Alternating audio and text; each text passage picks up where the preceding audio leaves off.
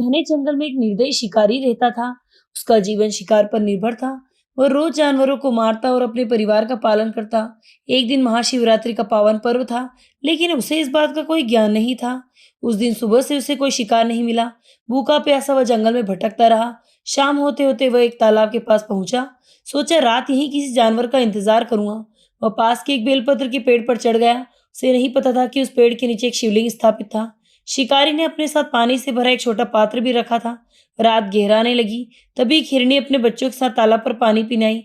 शिकारी ने तुरंत धनुष उठाया। जैसे उसने धनुष की प्रत्यंचा चढ़ाई, पेड़ की टहनी हिली, कुछ बेलपत्र और पानी की बूंदें नीचे गिरी और सीधा शिवलिंग पर जाकर चढ़ गई। उसे क्या पता यह भगवान शिव का अभिषेक हो रहा है। हिरनी ने डर कर ऊपर देखा और बोली, हे शिकारी, मुझे मत मारो। मैं अपने बच्चों को सुरक्षित छोड़कर लौट आऊंगी, मैं वचन देती हूँ। शिकारी का मन थोड़ा पसीजा। उसने उसे जाने दिया। कुछ समय बाद दूसरी हिरनी आई। फिर वही दृश्य। धनुष की प्रत्यंचा चढ़ी, टहनी हिली, बेलपत्र उजड़, फिर शिवलिंग पर गिरा। दूसरी हिरनी ने भी वही विनती की। शिकारी ने उसे भी जाने दिया। रात का तीसरा प्रहर। अब एक हिरण आया। शिकारी ने फिर धनुष खींचा। फिर से बेलपत्र और जल शिवलिंग पर अर्पित हो गए। अब अनजाने में वह कर चुका था उपवास, क्योंकि उसने कुछ खाया नहीं। जागरण, क्योंकि वह पूरी रात जाग रहा था। बेलपत्र अर्पण, जल अभिषेक, यानी पूरा शिवरात्रि व्रत।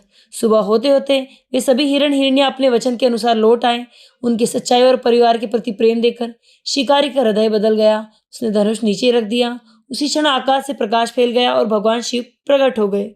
भोलेनाथ बोले, हे शिकारी, तुमने अनजान में ही मेरा व्रत, अभिषेक और पूजन किया है।